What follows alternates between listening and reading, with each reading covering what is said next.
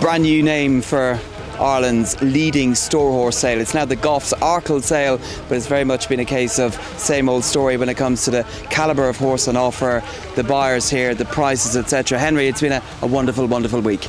A wonderful week, as you said, Bernard. We changed the name, but what didn't change was the hunger for top-class horses at Goffs. We had a spectacular part one, a very, very good part two. There was a frenzied bidding from start to finish. Really good clearance rates. We looked at some of the stats, and normally if we see any stat that's down, it worries us. Now, the stat that was down was we sold less six-figure horses in part one, and normally that would upset us, as I say.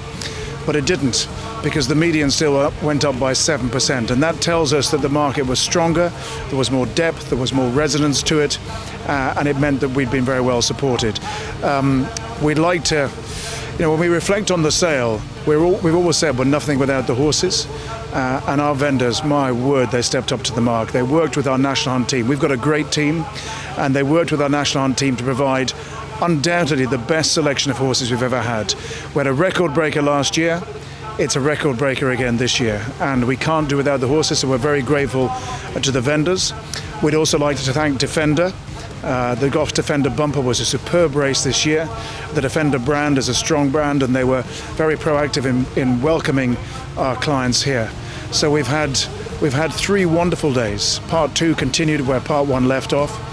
And I think it's worth reflecting that 10 years ago, Goffs' market share of the store market was around 30%. We now have the major share of the select store market. That's testament to the superb team that Goffs has. It's testament to the national breeders, and we thank them for placing their trust in us. And it's testament to the buyers who come year after year, encouraged by our buyer recruitment team and ITM.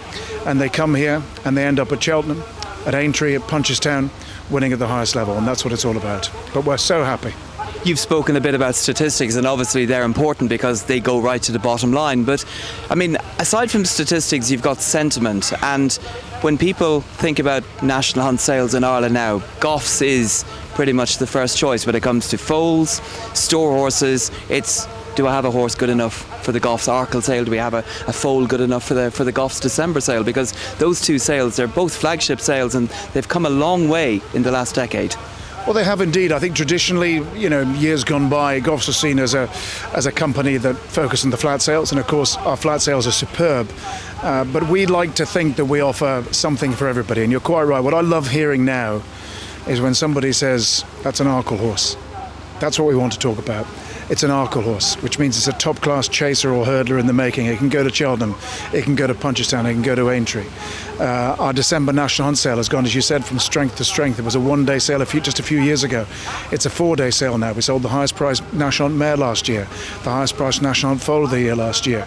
So Goffs Kildare Paddocks is really the home of National Hunt sales in Ireland, as well as being Ireland's premier auction house.